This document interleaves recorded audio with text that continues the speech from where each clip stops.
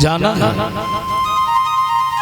और जग का मतलब यही होता है, जहाँ से जन्मे घा से गए। विद्वानों का कहना है कि प्राणी का जन्म लेने के लिए मरण होता है, मरने के लिए ही उसका जन्म होता है। ये आवागमन का चक्कर छूट नहीं पाता। पुनरप जन्मम पुनरप मरणम पुनरप जननी जठरे सहनम, बार बार आना बार बार जाना, ये लगा रहता है। हर दिन नहीं रहना है। और माफ करें, देखो कलयुग में तो बड़ी जल्दी जल्दी पड़ी है।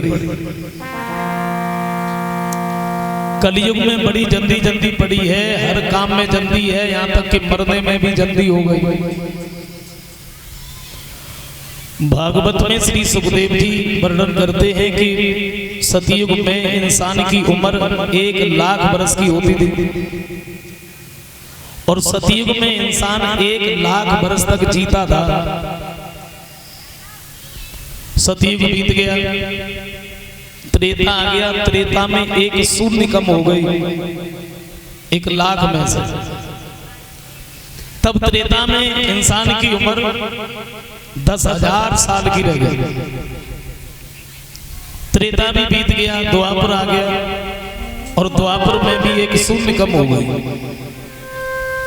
द्वापर में इंसान की उम्र 1,000 साल की रह गई। द्वापर बीत गया, कलयुग आ गया, कलयुग में भी एक शून्य कम हो गई। कलयुग में इंसान की उम्र 100 वर्ष की रह गई। और कभी कभी तो मुझे ऐसा लगता है वो समय बीतने के बाद में जाऊं में से एक शून्य कम हो जाए, क्योंकि बड़ी जल्दी जल्दी पड़ी है, समय किसी के पास है नहीं।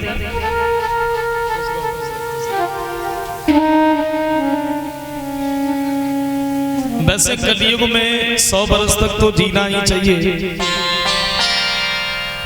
लेकिन कौन जीता है?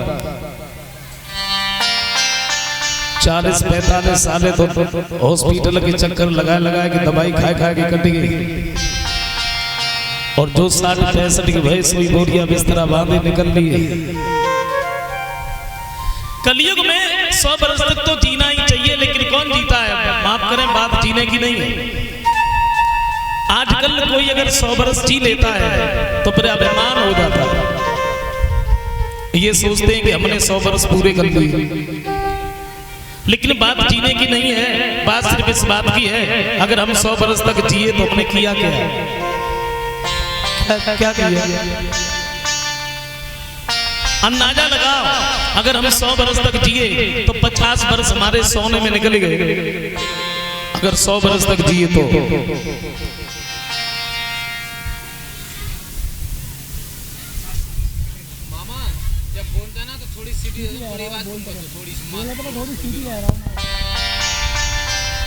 जरा सोचो, अगर हम 100 वर्ष तक जिए तो 50 वर्ष हमारे सोने में निकल गए, और जो दिन में सोते हैं वो तो एक्स्ट्रा है अलग से। 50 बचे, 25 वर्ष इधर उधर घूमने में निकल गए। छोटे थे ना, सबसे पहले माता पिता ने पढ़ने के लिए स्कूल में भेज दिया।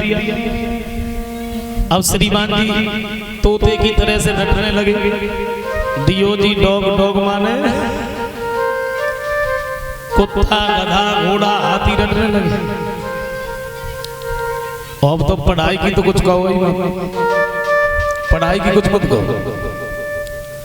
कहाँ पहले एक पट्टी पे पूरा परिवार पढ़ लेते, और अब 10 किले को बच्चा है तो 15 किले को बसता है। सवेरे सवेरे गधा की तरह पीठ मिलाते बोले चलो सीधे। 25 वर्ष ऐसे ही निकल गए तो दौड़ने लगे। किसी की नहीं सुनी, न माँ की, न पिता की, न भाइयों की, न परिवारियों की, किसी की नहीं सुनी। और जब किसी की नहीं सुनी, उठा के माता पिता ने शादी कर दी। अब बाकी के जो दिन बचे थे वो श्रीमती जी की आज्ञा में निकल गए। बैठ जाओ, बैठ गए, खड़े हो जाओ, हो गए। क्या बचा? कुछ नहीं, आए चले गए। एक कवि कहते हैं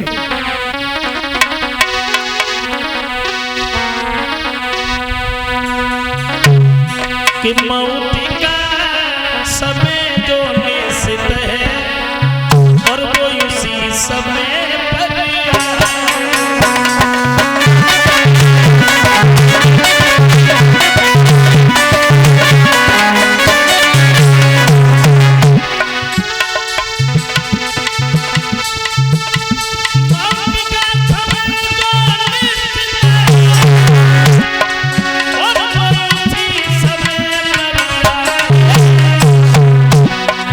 और जिस समय मौत आ जाएगी एक घड़ी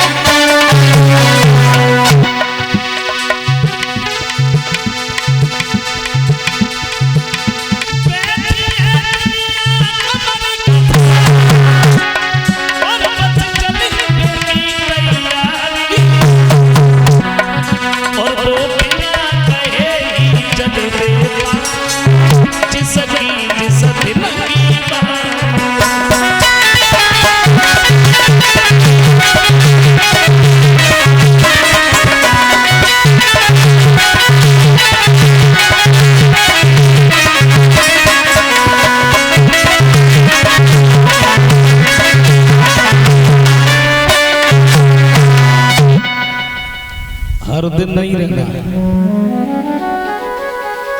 जाना